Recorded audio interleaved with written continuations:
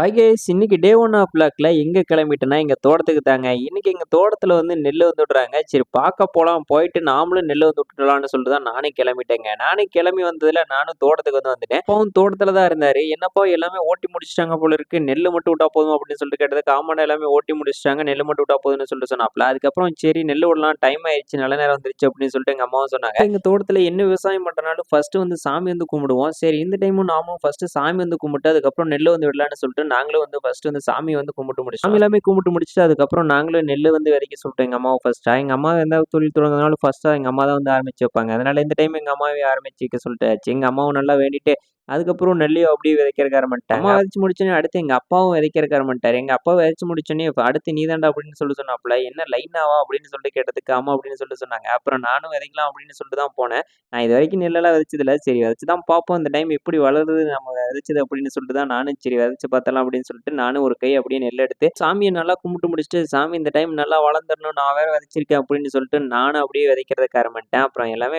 ஃபைனலா விதைச்சு முடிச்சுட்டு, அப்புறம் நானும் வீட்டுக்கு கிளம்பலான்னு சொல்லிட்டு கிளம்புறப்ப தான், "எங்கடா வீட்டுக்கு கிளம்புற? என்ன வேலை இருக்குன்னு?" சொல்லிட்டு எங்க அப்பாவும் சொன்னாப்ல. அதுக்கப்புறம் அந்த சாக்குல இருந்த நெல் எல்லாமே விதைக்கணும் அப்படின்னு சொல்லிட்டு சொன்னாப்ல.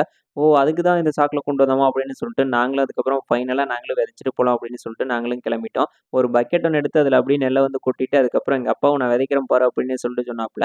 அதுக்கப்புறம் நானும் அங்க நின்னு அப்படியே பார்த்துக்கிட்டே இருந்தேங்க. உங்கள எத்தன பேருக்கு விவசாயம் பிடிக்கும்னு சொல்லிட்டு பார்க்கலாம். உங்களுக்கு விவசாயம் பிடிக்கும்னு நினைச்சீங்கன்னா, மறக்காம கீழ கமெண்ட்ல ரெட் கலர் ஹார்ட்ட கமெண்ட் பண்ணுங்க. அதுக்கப்புறம் நாங்களும் ஃபைனலா நானும் எங்க அப்பாவும் அங்கிருந்து எல்லா நெல்லையும் இறச்சி முடிச்சுட்டு, அதுக்கப்புறம் அங்கிருந்து கிளம்பிட்டேங்க. இந்த வீடியோ புடிச்சிருந்தா லைக் பண்ணிருங்க. இந்த மாரி அப்டேட்ஸ் எல்லாம் வேணும்னு நினைச்சீங்கன்னா, மறக்காம நம்ம சேனல ஃபாலோ பண்ணிக்கங்க. சரி அடுத்த டே விளாக்ல பார்க்கலாம். டாட்டா.